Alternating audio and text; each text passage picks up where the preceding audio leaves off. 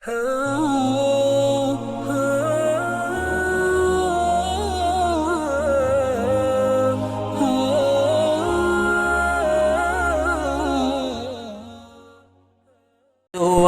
على رسوله الكريم اما بعد فاعوذ بالله من الشيطان الرجيم بسم الله الرحمن الرحيم اولئك على هدى من ربهم واولئك هم المفلحون صدق الله العظيم اللهم صل على سيدنا محمد وعلى آل سيدنا محمد وبارك وسلم رضي الله تعالی عنا محمد ما هو اهله۔ میرے بھائی اور دوستو، خلیفہ ثانی حضرت فاروق اعظم رضی اللہ تعالیٰ عنہ کو ذکر شروع کیا تھا ہم نے کہ نبی کریم صلی اللہ علیہ وسلم ارشاد فرماتے ہیں کہ میرے صحابہ میں سے جس کی پیروی کرو گے کامیاب ہو جاؤ گے۔ تو میرے عزیزو، آج کے استاد میں اور نبی کریم صلی اللہ علیہ وسلم میں فرق دیکھیں کہ نبی کریم صلی اللہ علیہ وسلم نے ہر صحابی کو صاحب صفات، صاحب فضائل، صاحب خصائل بنا دیا۔ ہر ایک قیمتی بن گیا، نمایاں مقام، منفرد مقام حاصل کر گیا، جنت کا وارث بھی بن گیا، دنیا میں بھی ایسی صفات کے قیامت تک ایسے لوگ نہ ملیں۔ آج کے ٹیچر میں یہی فرق ہے۔ آج ادارے بہت ہیں، کالج یونیورسٹیاں بہت ہیں، مدارس مکاتب بہت ہیں، تربیت نہیں ہے۔ حضرت حافظ ابن حجر رحمۃ اللہ علیہ ارشاد فرماتے ہیں، شاید نبی کریم صلی اللہ علیہ وسلم کے انداز یہ تربیت سے متاثر ہو کر حضرت لکھتے ہیں ابن حجر رحمۃ اللہ علیہ، وہ فرماتے ہیں استاد کی تین قسمیں ہیں۔ ایک استاد آتا ہے کلاس میں اور جو سبق کے طالب علموں کے سامنے پڑھ کر چلے جاتا ہے، یہ ہو گیا، اس کا گھنٹہ پورا ہو گیا۔ حافظ ابن حجر رحمۃ اللہ علیہ فرماتے ہیں دوسرا استاد وہ ہے جو طالب علموں سے کہلوا دیتا ہے کہ آج کا یہ سبق ہے، کہو بھائی، مثلا حدیث انما الاعمال بالنیات، کہو انما الاعمال بالنیات، تو طالب علم بھی کہہ دیتے ہیں انما الاعمال بالنیات، تو استاد چلے جاتا ہے، یہ ہو گیا، گھنٹہ پورا ہو گیا۔ ابن حجر رحمۃ اللہ علیہ فرماتے ہیں تیسرا استاد وہ ہے جو نہ خود سنتا ہے، نہ سناتا ہے، نہ سنتا ہے، بلکہ ہر طالب علم کو اس قابل بنا دیتا ہے کہ خود اپنا کام کریں اور نمایاں مقام حاصل کریں۔ میرے عزیزو، نبی کریم صلی اللہ علیہ وسلم ارشاد فرماتے ہیں کہ میں استاد بنا کر بھیجا گیا ہوں۔ جس امت نے استادی کرنی تھی، جس امت نے ٹیچری کرنی تھی، پوری دنیا کو پڑھانا تھا، آج امت معیشت کے لیے بھی غیروں کی طرف دیکھتی ہے، سیاست کے لیے بھی غیروں کی طرف دیکھتی ہے، ہر نظام میں غیروں کی طرف دیکھتی ہے۔ یہ زوال کیوں ہے؟ یہ زوال کی بنیادی وجہ یہ ہے میرے عزیزو کہ نبی کریم صلی اللہ علیہ وسلم نے تربیت کی تھی، ہم میں وہ تربیت کا پہلو نکل گیا۔ پوری تاریخ کا وہ لگا لیں، جنہوں نے پڑھائی کے ساتھ تربیت کی ہے ان کے طلباء نے نمایاں مقام حاصل کیا ہے۔ جو تربیت سے محروم رہ گئے، ادارے بنا لیے، طالب علموں کو جمع کر لیا، ہزاروں کی تعداد میں فارغ کر دیے، لیکن تربیت والا ایک بھی نہیں ہے۔ حضرت حکیم الامت حضرت اقدس حضرت تھانوی رحمۃ اللہ علیہ کے خلیفہ حضرت مولانا مسیح اللہ خان صاحب رحمۃ اللہ علیہ فرمایا کرتے تھے کہ یہ جو طالب علموں کا مجمع دیکھتے ہو، رش دیکھتے ہو مدارس میں، فرماتے ہیں رش اللہ ایک دو جو بندے ہیں قبولیت والے، وہ ایک دو طالب علم کی دلجوئی کے لیے،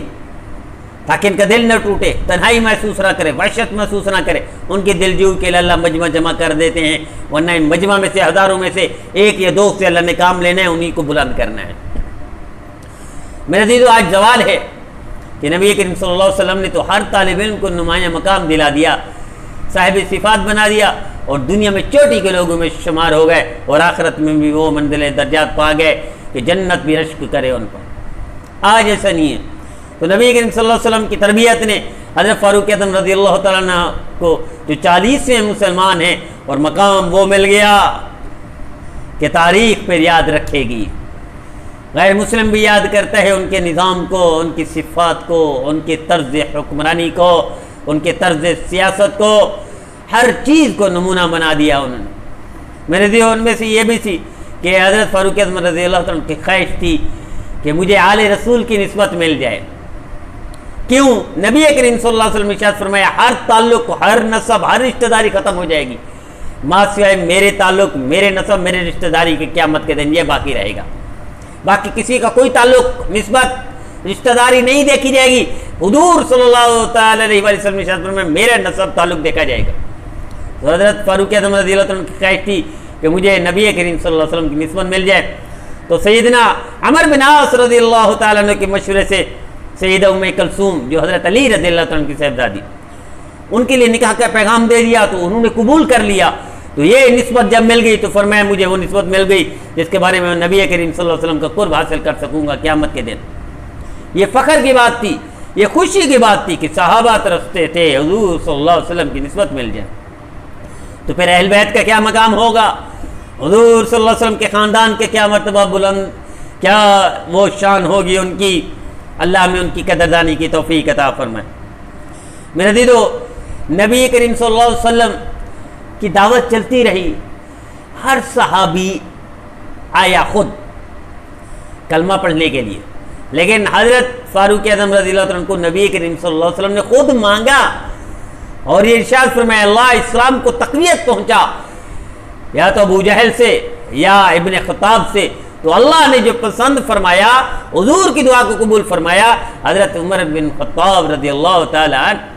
کو اسلام کی شان شوکت کے لیے اللہ نے نواز دیا. تو باقی تو سارے مرید تھے اور یہ مراد تھے نبی کریم صلی اللہ علیہ وسلم کے. حضور صلی اللہ علیہ وسلم نے ہاتھ اٹھا کر مانگا تھا, تو کیا شان ہوگی ایسے کی. تو میرے عزیزو, یہ دیکھیں تعلق کتنا تھا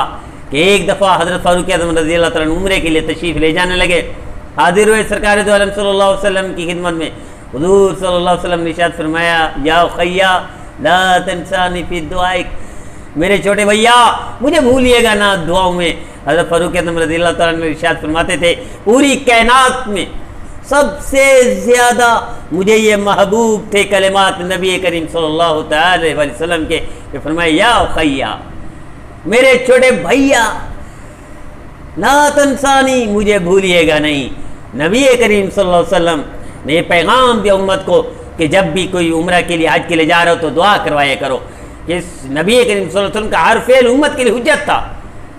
امت کے لیے رول ماڈل نمونہ بننا تھا. تو حضور صلی اللہ علیہ وسلم نے خود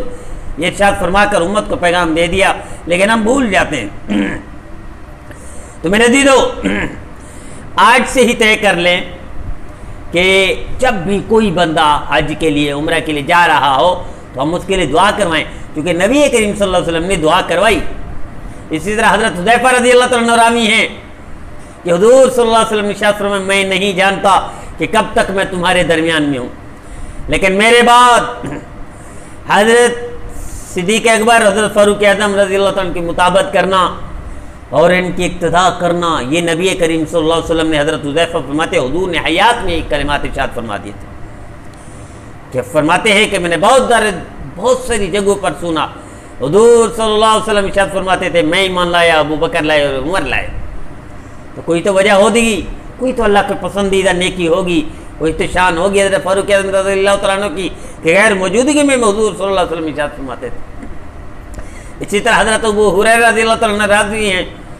حضرت ابو ہریرہ لکھتے ہیں کہ حدیث شریف نبی کریم صلی اللہ علیہ وسلم نے ارشاد فرمایا تم سے پہلی امتوں میں ایسے لوگ ہوتے تھے جن کو الہام ہوتا تھا, میری امت میں سے وہ فاروق اعظم رضی اللہ تعالیٰ عنہ جن کو الہام ہوتا ہے کہ کئی آیتیں قرآن کی اتار دی, اللہ نے کئی آیتیں اتار دی, انہوں نے مشورہ دیا, اللہ نے اس کو قرآن کی آیت بنا کے, اللہ نے اس کو شریعت کا حکم بنا کے اتار دیا. تو نبی کریم صلی اللہ علیہ وسلم فرماتے ہیں حضرت ابو ہریرہ اس حدیث کے راوی ہیں کہ پہلی امتوں میں الہام والے ہوتے تھے, میری امت میں حضرت فاروق اعظم رضی اللہ تعالیٰ عنہ نے. اور حضرت ابن عمر رضی اللہ عنہ کی روایت ہے, حدیث میں حضرت ابن عمر رضی اللہ عنہ راوی ہے کہ اللہ تعالیٰ نے حضور صلی اللہ علیہ وسلم ارشاد فرمایا کہ اللہ تعالیٰ نے عمر رضی اللہ تعالیٰ عنہ کی زبان پر حق کو, صداقت کو, ان کے دل پر صداقت اور حق کو اور ان کی زبان پر صداقت اور حق کو جاری کر دیا ہے. یعنی کوئی کلمہ بھی ایسا نہیں کہیں گے جس میں یا تو اسلام کی شان و شوکت ہوگی یا اسلام کی وہ ہوگی عزت ہوگی یا مسلمان کی توقیر و عظمت ہوگی. یعنی کوئی کلمہ بھی کہیں گے تو لا یعنی کا نہیں ہوگا, بلکہ قیمتی کلمہ ہوگا جو اللہ کو پسند ہوگا. تو میرے عزیزو, ایک دفعہ اسی طرح حدیث میں ہے نبی کریم صلی اللہ تعالی علیہ وسلم حجرے سے باہر تشریف لائے. حضرت صدیق اکبر رضی اللہ تعالیٰ عنہ, حضرت فاروق اعظم رضی اللہ عنہ بائیں سائڈ میں, حضرت صدیق اکبر دائیں سائڈ میں. حضور نے دونوں کے ہاتھ پکڑ کر فرمایا قیامت کے دن ہم ایسے ہی اٹھیں گے, محشر میں ایسے ہی جائیں گے جیسے ایک طرف صدیق ہے اور ایک طرف فاروق اعظم رضی اللہ تعالیٰ عنہ. اسی طرح ہم اس سے روزہ اثر سے اٹھ کر محشر پہنچیں گے. تو کیا شان ہوگی کہ نبی کریم صلی اللہ علیہ وسلم نے زندگی میں بھی اپنے ساتھ رکھا، اور دنیا سے تشریف لے جانے کے بعد روزہ تحرم میں اسی طرح ہیں، اور حضور صلی اللہ علیہ وسلم نے ارشاد فرما دیا قیامت کے دن بھی ایسے جاری، ایسے ہم لیں گے، تو کوئی تو وجہ ہوگی۔ حضرت عبداللہ بن مسعود رضی اللہ تعالیٰ عنہ راوی حدیث کے، وہ فرماتے ہیں حضرت فاروق اعظم رضی اللہ تعالیٰ عنہ کو 4 وجوہات کی وجہ سے باقی صحابہ پر فوقیت دی گئی۔ تو لوگوں نے پوچھا کس؟ تو انہوں نے فرمایا پہلی بات جنگ بدر میں حضرت فاروق اعظم رضی اللہ عنہ کو قیدی کے بارے میں قتل کا حکم تھا، تو اللہ نے وہی حکم دیا، اسی کے لیے وہی اتاری، وہی پسند کیا، لیکن مشورے کی وجہ سے دوسرے حکم پر وہ فیصلہ دیا گیا، لیکن اللہ نے پسند رہے جو کہ حضرت فاروق اعظم رضی اللہ عنہ کی، تو اس لیے ان کو فوقیت دی گئی صحابہ کرام پر۔ دوسرا حضرت عبداللہ بن مسعود رضی اللہ عنہ فرماتے ہیں کہ حجاب کے بارے میں سیدہ زینب رضی اللہ عنہ دیکھ کر فرمایا تھا حجاب کے بارے میں، پردے کے بارے میں، تو حضرت فاروق اعظم رضی اللہ تعالیٰ عنہ نے جیسے ہی پردے کے بارے میں بات چلے مشورہ دیا، اللہ نے حجاب کی آیت اتار دی اور پردے کا حکم دے دیا، اس